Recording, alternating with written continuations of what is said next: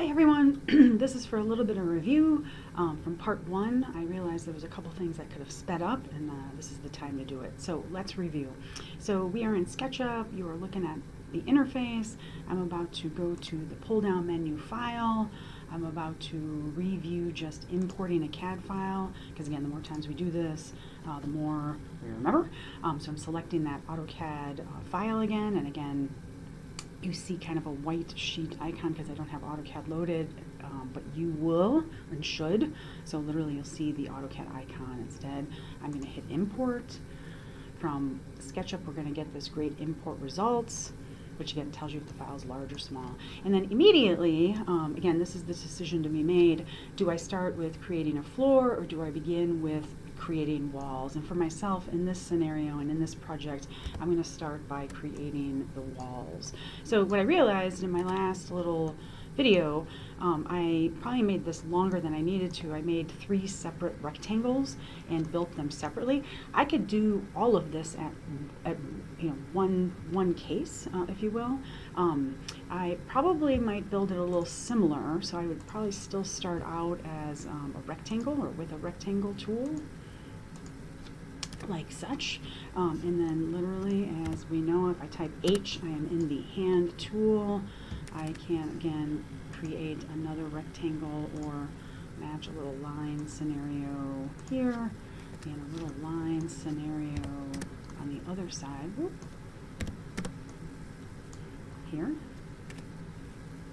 And I say, yeah, line or pencil tool. I mean, literally, it's the same thing. Of course, it's called line. And I'm kind of just stretching that beyond. Okay, so how do I turn this into one object that has 3 walls? For the most part, it's the same idea. I'm going to build rectangles all around, and then I'm just going to clean up pretty much my AutoCAD, or my shape, sorry, not AutoCAD, hello. Anyway, so for the most part, again, one last rectangle here, and I'm going to go here because that's what I have as endpoints, and I'm going to go here.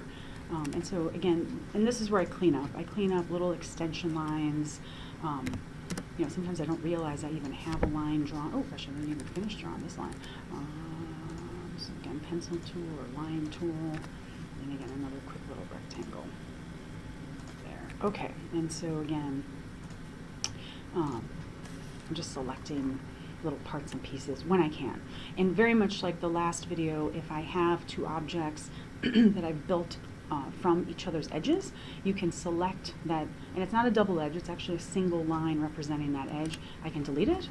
Same thing with the corners here, so that when I start to build this in 3D, you aren't going to get some kind of line that looks like it's a reveal, but it is not truly a built reveal, so you want to clean that up as much as possible. Same thing here.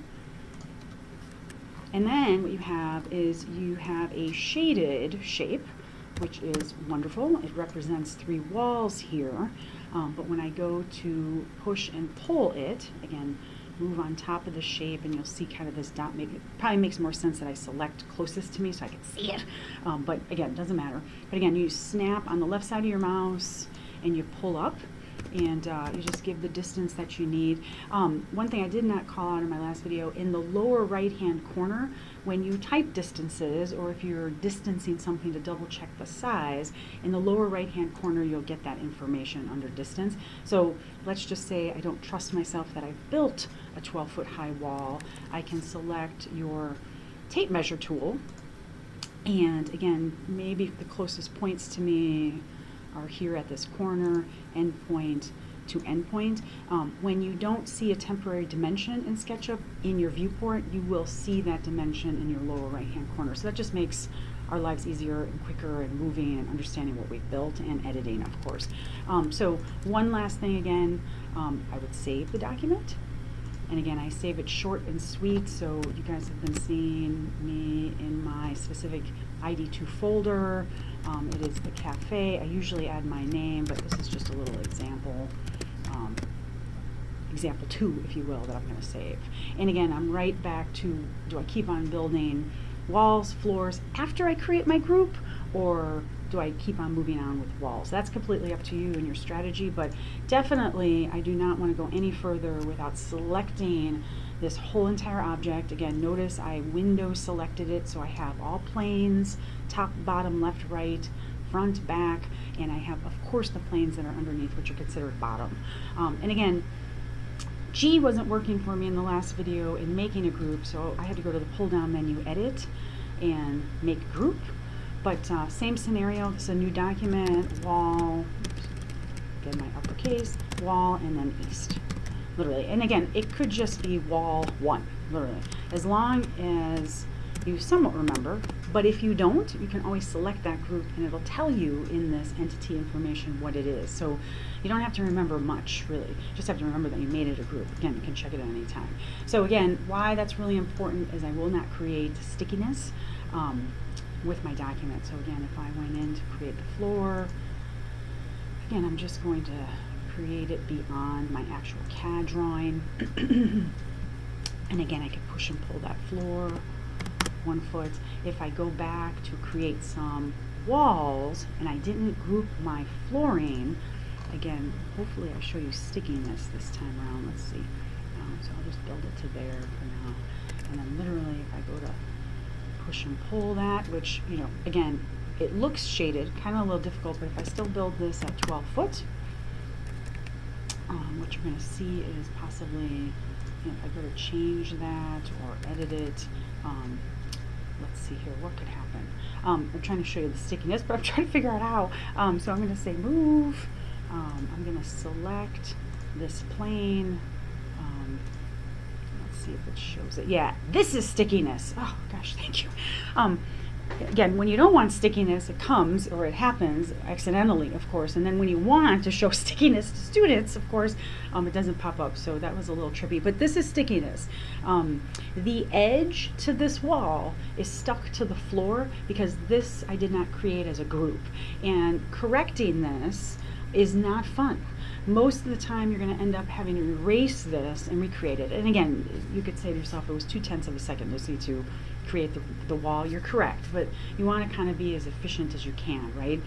That's the whole point of building and 3D modeling and learning all these programs, is that quick and easy, especially when you want to leave at the end of the day at 6 o'clock at the most. So again, you want to avoid this stickiness, which you can see. That is not my original wall. There are no diamond-shaped walls, which actually is kind of interesting. But at the same time, again, you always have the Control-Z undo command. You can get back to where you are. Now, because I didn't turn this object into a group, if I go to turn it into a group now, it is still attached to that floor. So really, at the end of the day, what I need to do is I need to select that wall, delete it, create a group for my floor, which, you know, again, over a little bit, and you know, this is again, I'm window selecting to make my life easy. I am going to end up selecting this little cute dude, but literally if you hold down Shift or Control, I think Control is faster, Shift selects and it adds to selection, but I'm going to deselect him. Again, I can go in and create my floor first as a group under the Edit pull down. Again, name it. There's only one floor in this scenario or in this project, so we're good. And now when I go to create my wall, which of course I'll build the same wall we did earlier, from here to here, when I go to push and pull it to 12 feet, and let's say I go to move it like I was trying to do earlier. Oh my gosh, I just broke my scenario.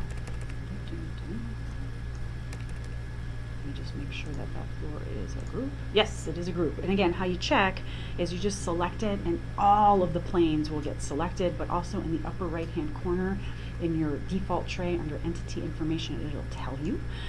But when I went to go select or create that wall,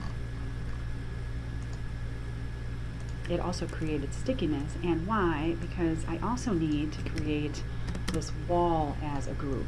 So both objects need to be a group, not just one. Hello, I have to remind myself of that. So again, group, edit pull down, group. And again, for most of you, G, if you just type the letter G, it'll automatically pop up the G option, group option, pop-up window, and you should be able to do the same thing. So wall, and this again, I can number it north, I can number it 1, 2, 3, so this is my second wall that I'm creating, and I'm just going to go on. And of course, if I knew what material that was going to be, I'd probably name it wall paint, wall covering, wall tile, and on and on and on. But usually, we're using SketchUp in the schematic design phase, which I kind of reiterated in the first video. You usually don't know that information. You might know it's a feature wall, you might know it's a very important focal point in the space, but you don't necessarily know what the material is. You probably have 15 ideas and maybe 3 are coming out at the top. So those are kind of final decisions you need to make. I hope you found this video more helpful than my first one. Hopefully I am talking much more smooth, and let me know. I'm always on the other end of an email. Let me know if you have specific questions. More videos are coming up on the millwork in this cafe and those drop ceilings. So hang on, and have a great day. Thanks, guys. Bye.